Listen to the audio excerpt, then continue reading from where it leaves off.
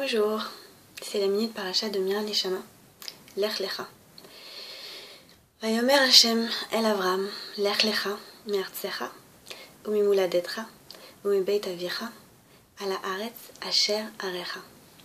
Ce verset qui est le premier verset, le verset d'ouverture de la parasha Lech Lecha, il est très très connu, il est très fort. Et Dieu dit à Avram, qui s'appelait encore Avram et non pas Avraham, va, Lech Lecha. Alors souvent dans le langage hébreu on a des répétitions comme ça, Lech Lecha, Met Tamut, etc. Mais la façon dont Rashi le traduit et d'autres commentateurs, c'est va pour toi-même, Lech Lecha, pour toi-même.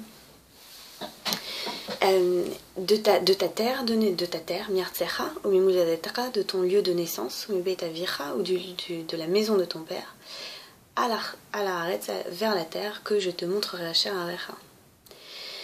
Alors, c'est une des parachas les plus belles du Chumash pour moi. Il y a vraiment, et ça commence sur ces deux mots-là, Lech Lecha. Il y a peu de choses, peu de messages aussi puissants que ça, et aussi modernes que ça, aussi actuels que ça. Va vers toi-même, va pour toi-même. Cette notion de voyage initiatique comme ça. Et Rashi, ce qui commente là-dessus sur Lech Lecha, c'est que le fait que la terre que je te montrerai, le fait qu'Abraham ne sache pas la destination, c'est pour deux raisons. D'une part, c'est pour qu'il ait le désir. Le désir, c'est toujours le désir de ce qui vient, le désir de ce qu'on ne connaît pas encore. C'est ça, peut-être par définition, le désir, c'est la distance et l'inconnu. Et puis le mérite d'aller sans savoir, cette confiance, cette émouna. Mais ce sur quoi j'avais envie de me focaliser aujourd'hui, c'est sur un commentaire des maîtres chassidiques, sur les trois lieux symboliques et physiques que doit quitter Abraham. Son pays, la maison de son père et son lieu de naissance. Et ce que nous disent les maîtres chassidiques, c'est qu'en fait, Abraham, il doit quitter ici, il doit se défaire de trois qualités psychologiques qui lui sont propres. La première, c'est sa volonté même, sa volonté propre. Et ils interprètent ça à partir du mot Eretz, qui a les mêmes lettres en inversé que Ratson, le désir, la volonté. Donc quitte ta propre volonté. Et on voit en plus qu'il y a un parallèle dans le verbe parce que ça commence de miartzecha, de ta terre, à la haaretz, vers une autre terre. Donc quitte ta volonté et va vers une volonté plus grande que toi, une volonté que tu ne connais pas encore. La deuxième dimension, c'est le lieu de naissance. Et le lieu de naissance, selon les maîtres chassidiques, c'est le lieu des émotions, les émotions. Donc défais-toi de tes émotions-là pour te mettre en marche.